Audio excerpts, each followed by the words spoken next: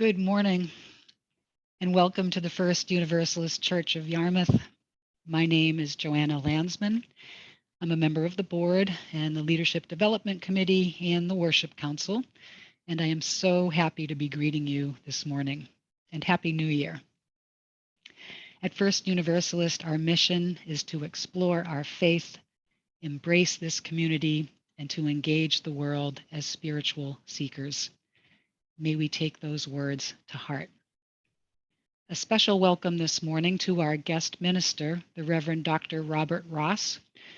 Reverend Dr. Ross currently serves as consulting minister to the Universalist Unitarian Church in Brockton, Massachusetts, a former teaching fellow at Harvard and professor at Skidmore, UMass Boston, Graduate Theological Union, and Starr King. Reverend Dr. Ross is an engineer who holds 4 patents in the design of complex heterogeneous computer networks.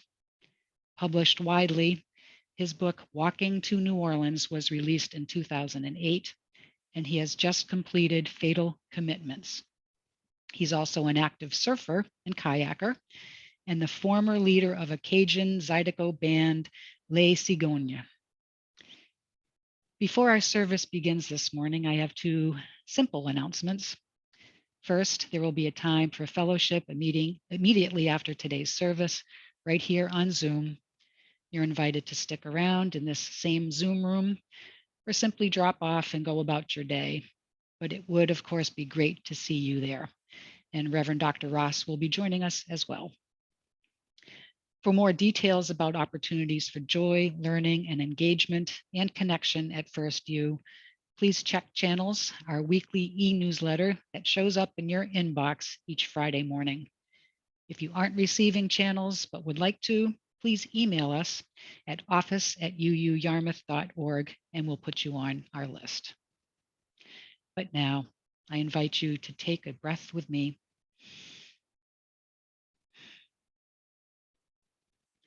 As we settle into this sacred space and sacred time.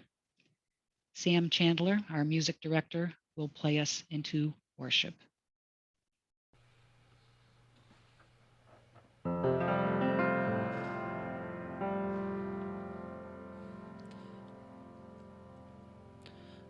There is more love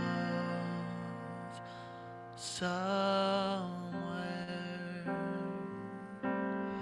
There is more love somewhere.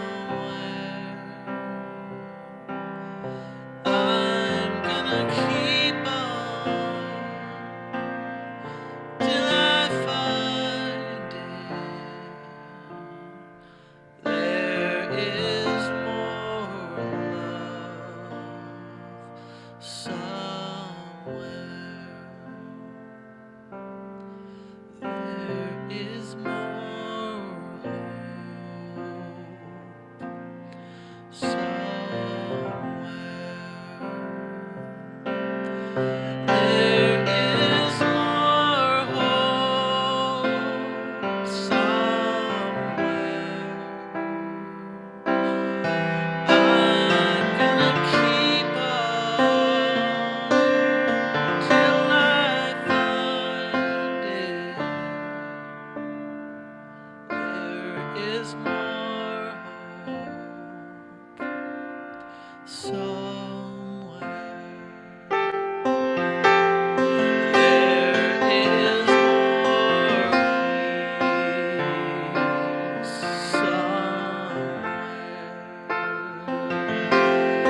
There is more peace somewhere.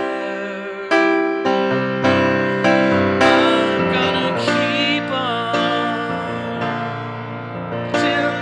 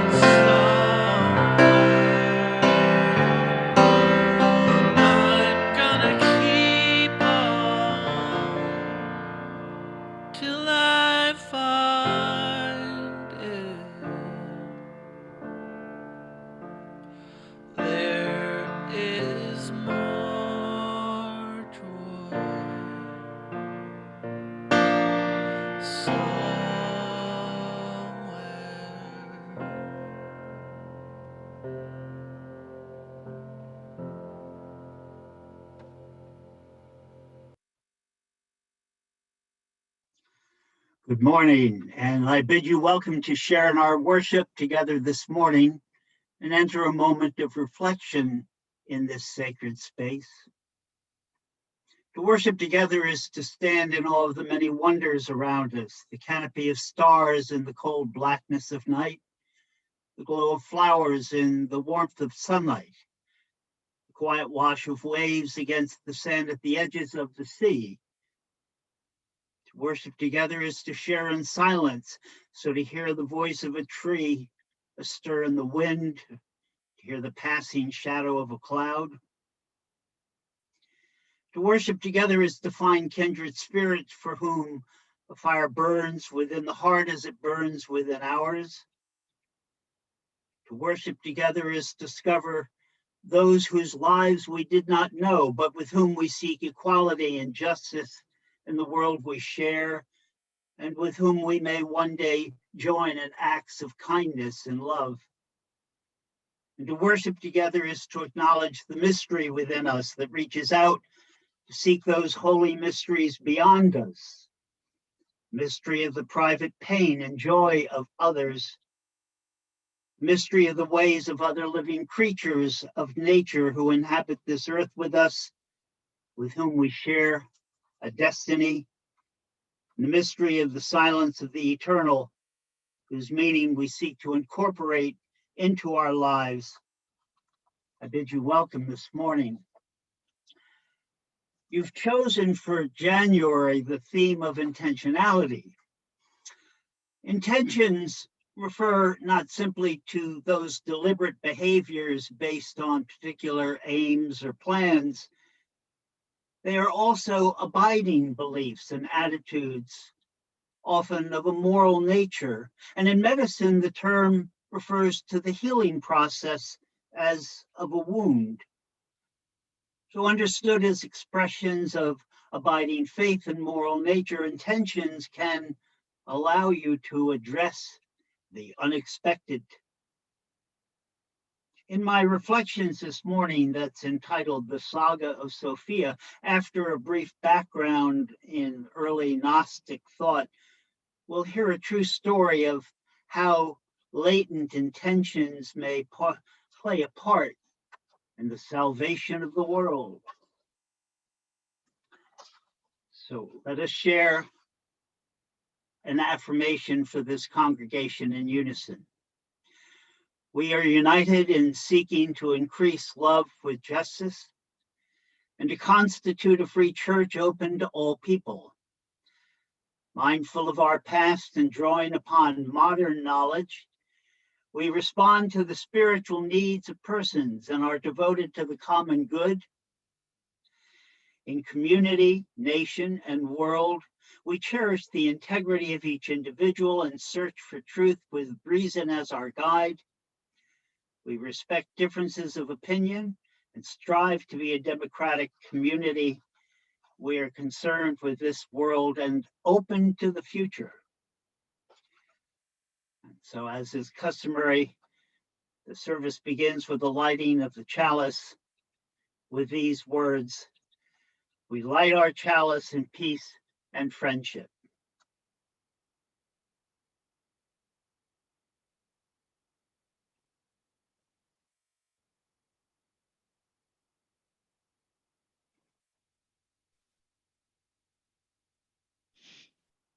Thank you, Reverend Dr. Ross. Now is the time in our service for sharing joys and concerns with each other. If you have a candle of joy or sorrow to light, please raise your hand and I'll call on you as I see you. You may also type your joy or sorrow into the chat and I will read them aloud on your behalf. And after each that is expressed, I'll invite everyone to take a breath as a way of holding you in community. You are so invited.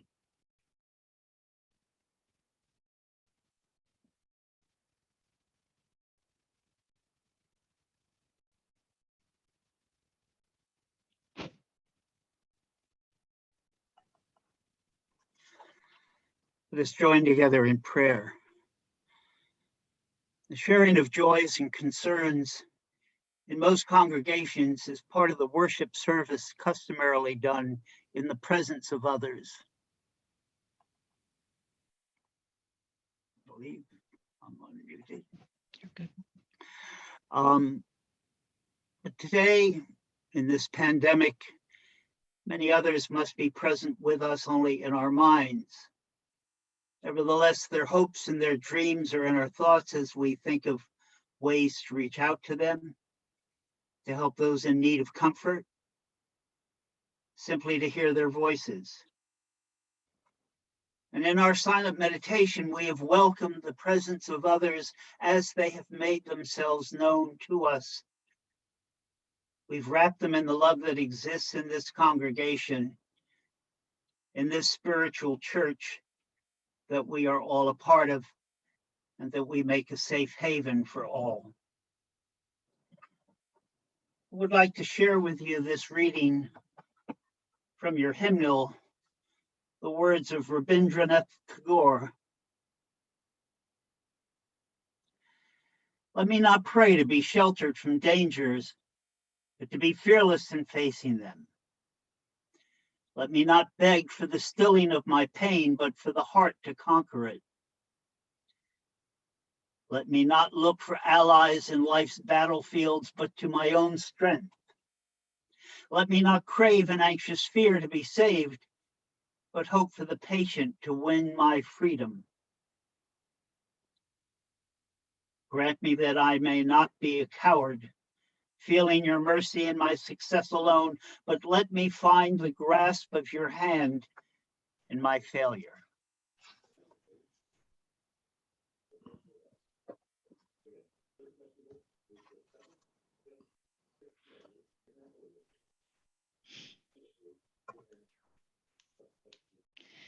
This week, in honor of our second principle, justice, equity, and human compassion, we share our half plate with the Upstander Project, which encourages decolonization and upstander behavior through compelling documentary and learning resources revealing hidden history, including of the Wabanaki. These include Emmy Award-winning Dawnland, First Light, Dear Georgina, and Bounty.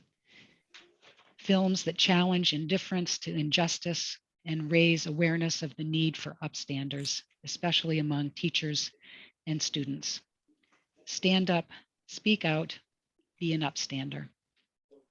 You're invited to make your offering today using the donate button in the order of worship.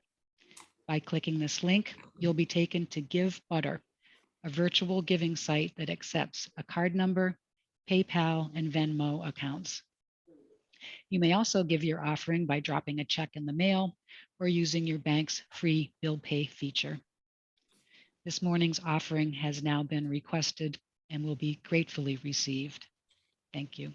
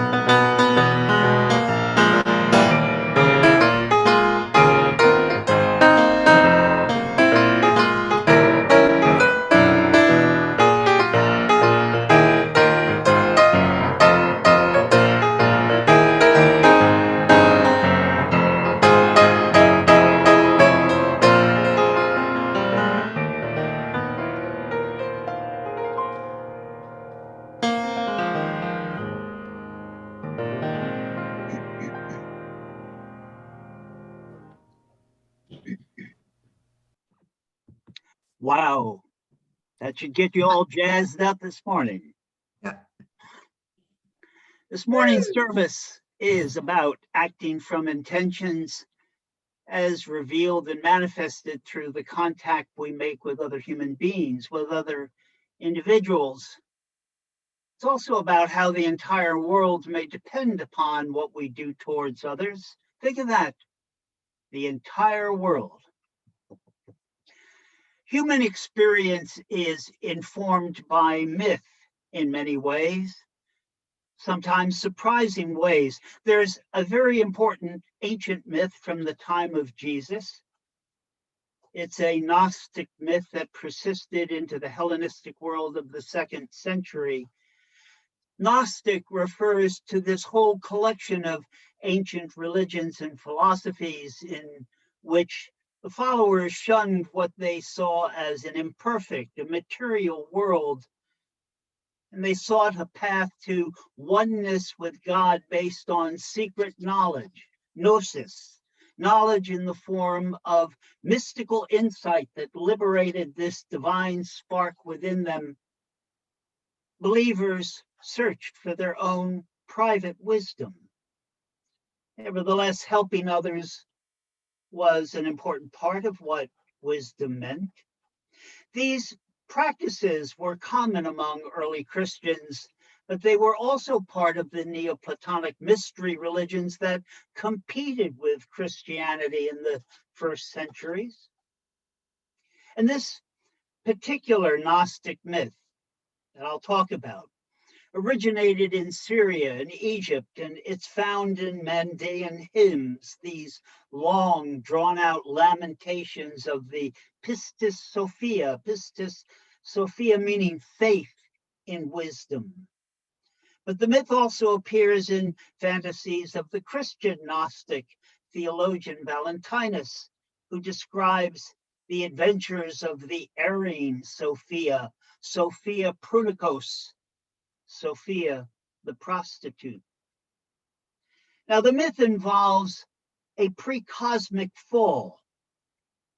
So before the creation of the world, of our world, there was a primordial shattering within the Godhead, a rift that caused a divine tragedy. So the very necessity for human salvation from this fall is wrapped up. The dynamics of salvation, the shattered and broken primordial God must be healed.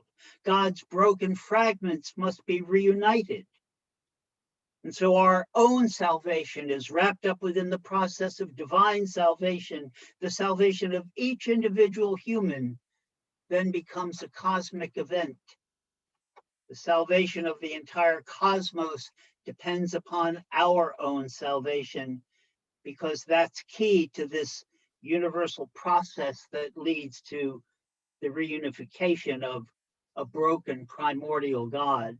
In the myth, before the creation of the world, this primordial God's very act of self-reflection, of simply thinking, causes his own thought, God's divine wisdom, to be cast out from the divine light, cast out to the outer reaches of the universe.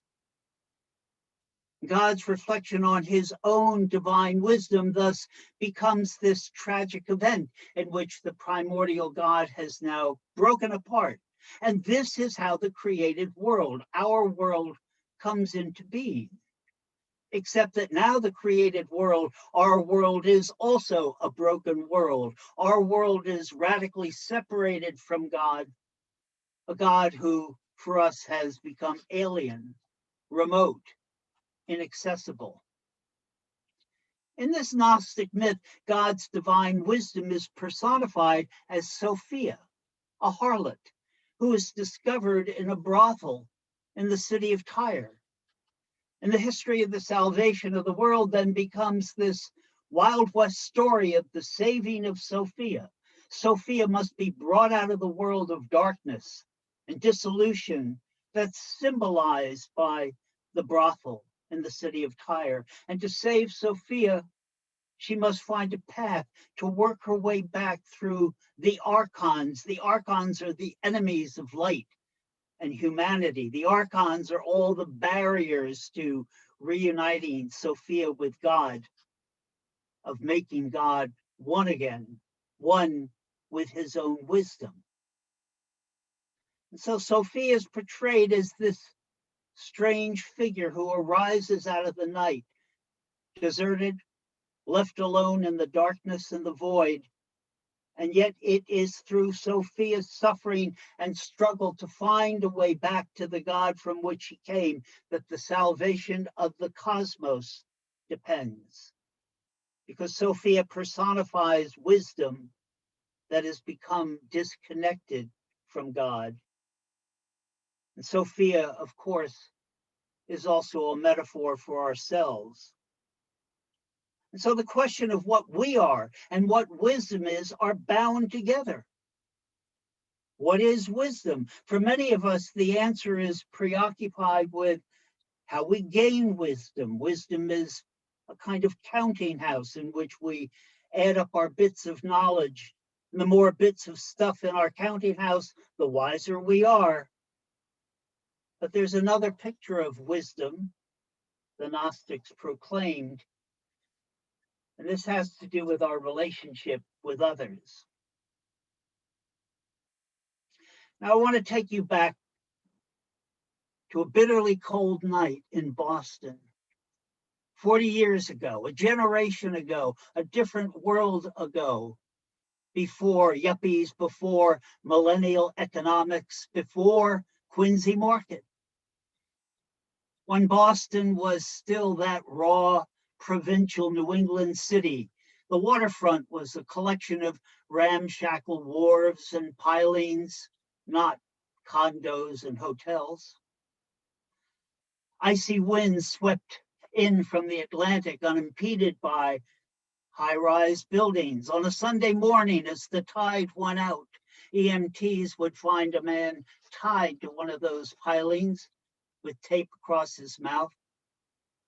Government Center was Scully Square, the combat zone.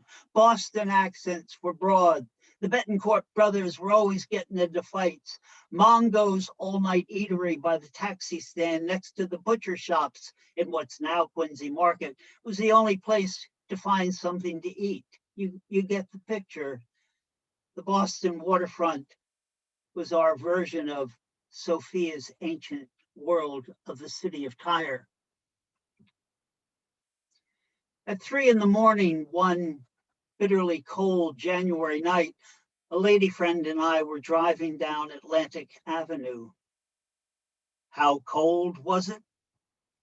It was so cold it had taken us 45 minutes to get the old VW station wagon started. We weren't saying much to one another.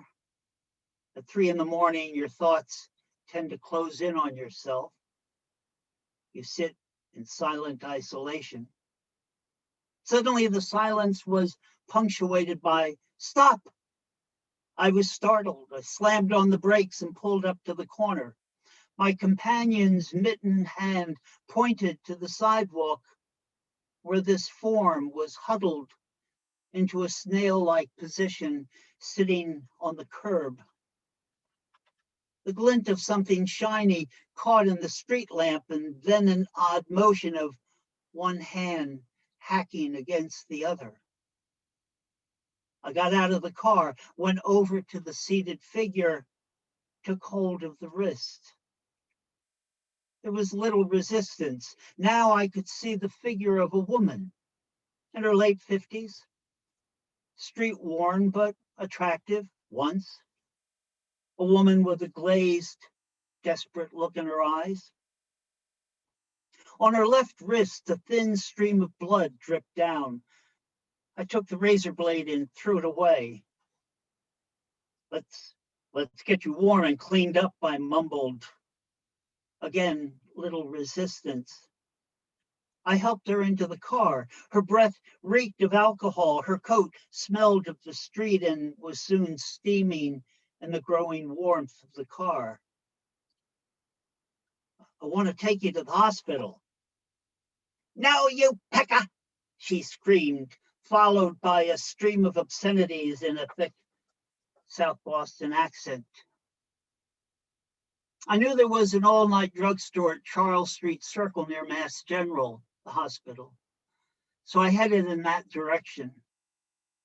But after a block, mysterious barricades appeared on Atlantic Avenue, barriers. We wandered through the North End. We circled through the maze of one-way streets there. Finally, we found the drugstore. I went in, I asked the druggist to call the hospital. "We don't call nobody. We don't want no trouble." So I searched the shelves for rubbing alcohol, bandages.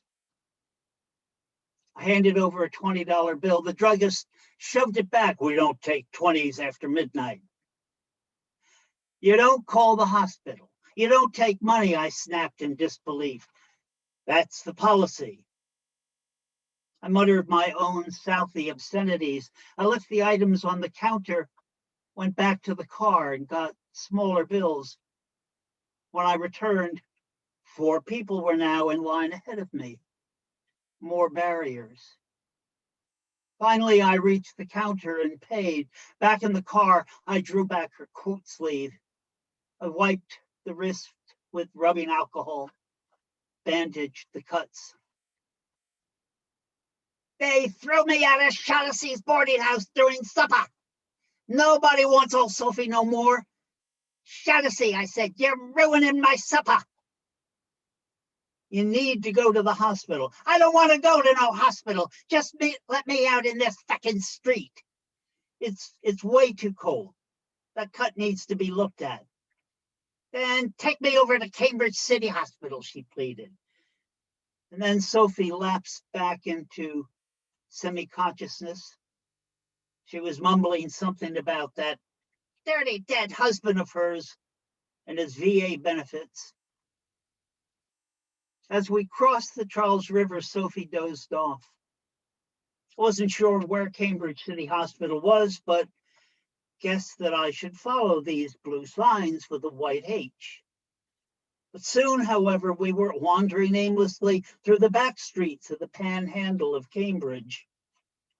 There was another blue sign with a white H. I followed it, but wound up in a dead end. Something had twisted the sign around. Barricades, barriers, wrong signs. We headed in another direction. Finally, I saw the red glare of the emergency entrance. But heading down the driveway, a cop shouted, "You can't come down here. Just leave him off at the street." What the hell did he think I was doing? Delivering a package? Inside, the duty nurse said, "You gotta take this lady back to Boston." "But I think her husband has VA benefits here," I argued. "I don't know what you're talking about." "Could you at least look up the name?" After much persuasion and an hour wait, a doctor finally appeared. He said nothing to Sophie, but announced to no one in particular, "We'll keep her overnight for observation, for insurance reasons, under restraint and medication." "Oh, for Christ's sake," I said in exasperation. "Then let her come home with us. We'll take care of her." "No, she's here now. She stays here now, under restraint. That's the policy." "I told you I don't belong nowhere," Sophie whined. "There's nowhere I belong. I just pray it'll get so cold one night I'll never wake up." I took her hands to reassure her. Was that the first human touch she had had in months? Her eyes began to soften. The nurse announced the file she found listed some relatives of Sophie in Watertown. She gave us a phone number, but then ordered us out with the hulking blue form of a cop lurking behind her in the shadows. At home, neither of us could sleep. The world, it seemed, was only archons of darkness and barriers. But in the morning, I got on the phone with the number supplied by the nurse in Cambridge City. human contact. Sophie did have relatives in Watertown. They hadn't seen her in years, yet they were moved when we recounted what happened that night. We talked for a long time. They told us of a young mother who had been married to an older man, a cruel man. And one day that turned to tragedy. They hadn't seen Sophie after that. She just disappeared into the night. But now she was found, and her family would make a home for her. So when we returned to Cambridge City Hospital that morning, we now possessed a special gnosis, a special wisdom. There was a way for Sophie to go home, to perhaps reunite what had been broken. Home, Sophie, you're going home. The hint of a smile crossed her face. We all got into the car. Excuse me. We all got into the car and headed toward Watertown. Sophie was still cussing about that feckin' doctors and her feckin' dead husband. Years of hurt exasperated by alcohol and homelessness weren't going to pass away overnight. And it was still bitterly cold. But now the sun was a blazing crystal in the morning sky. Now that sky no longer looked so alien. And as we neared a small white house in Watertown, the sun's brilliance seemed warm and inviting. And so we ask again, what is wisdom? We wander through life. We accumulate bits of knowledge. We worry about how full the storehouse is. We measure ourselves by the storehouse. We call that wisdom. But we forget those bits of knowledge by themselves are nothing, because they tell us nothing about what to do when there are no rules to tell us what to do, nothing about what to do when we are lost in an alien world, far from home, with no beacon to guide our way. Like Sophie, we wander from barrier to barrier, but then one day we are forced into the life of another, into concern about the plight of another. We're not looking for it. It just happens. And on that day, no longer is the journey of our soul one in isolation. In a sinking, fallen world, we are no longer strangers to one another. Genuine wisdom, it seems, arises out of such spiritual crises. And what we do in those moments of crisis, even if what we do is not fully effective, our job is not to save another soul. We leave that to the EMTs or to God. Our job is only to care and to act on that caring wherever it may lead us. The picture of the counting house is wrong. Wisdom is not an accumulation of expertise available only to the few, the powerful, the intellectually elite. Wisdom is something available to us all. In that sense, it is utterly simple, because wisdom is not knowing a bunch of things. It's not about having a full counting house, as it were. Wisdom is not about what we know. It is about what we do. Wisdom is the act that brings us into relation with other human beings. It is the act in which we accept the risk of responding to the needs of other human beings. Wisdom is the kind of understanding in which knowledge of ourselves and knowledge of others go hand in hand. And that means wisdom is not really about knowledge, but about acknowledgement. Knowledge is something we possess. Acknowledgement is a response to others that reaffirms our fundamental human connection. It is a response of taking risks. It is a response of trust. Acknowledgement in the end means acting rightly, committing to those saving acts by which we are brought into communion with one another, and at the same time, brought into communion or union with ourselves. Wisdom is Sophia, that strange figure who arises out of the night, deserted and alone in the darkness and the void, the figure whose suffering makes a claim on us. The figure of wisdom is the figure of a person.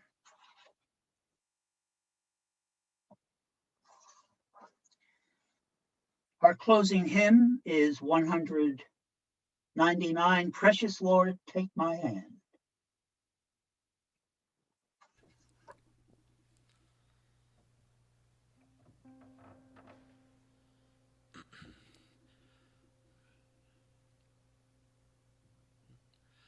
Precious Lord, take my hand, lead me on, let me stand.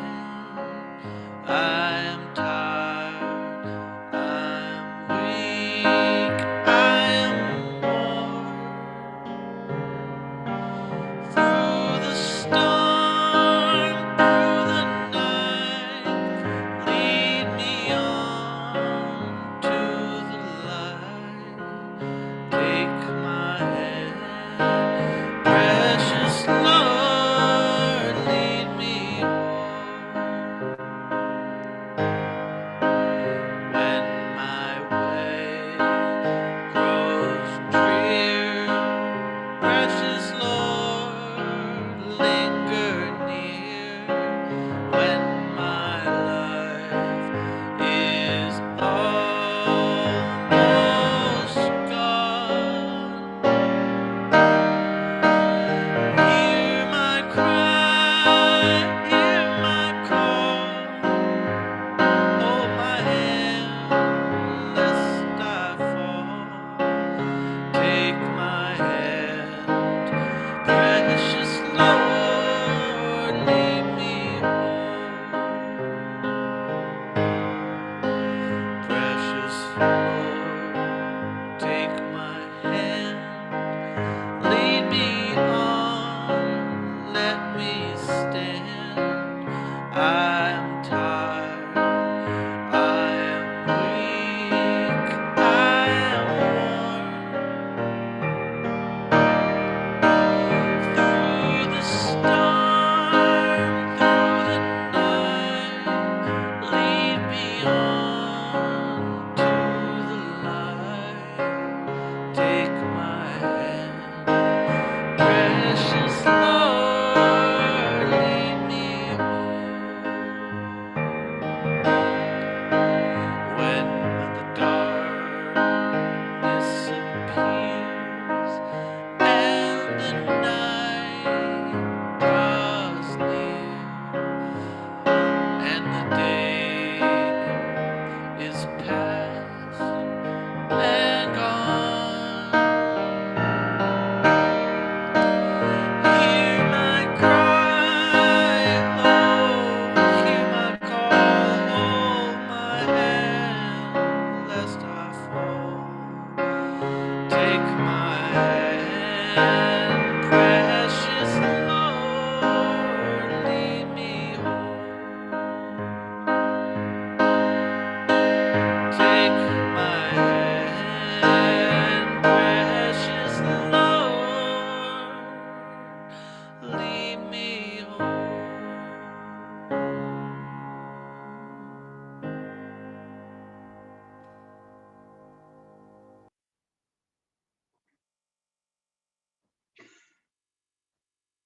Let us pray together.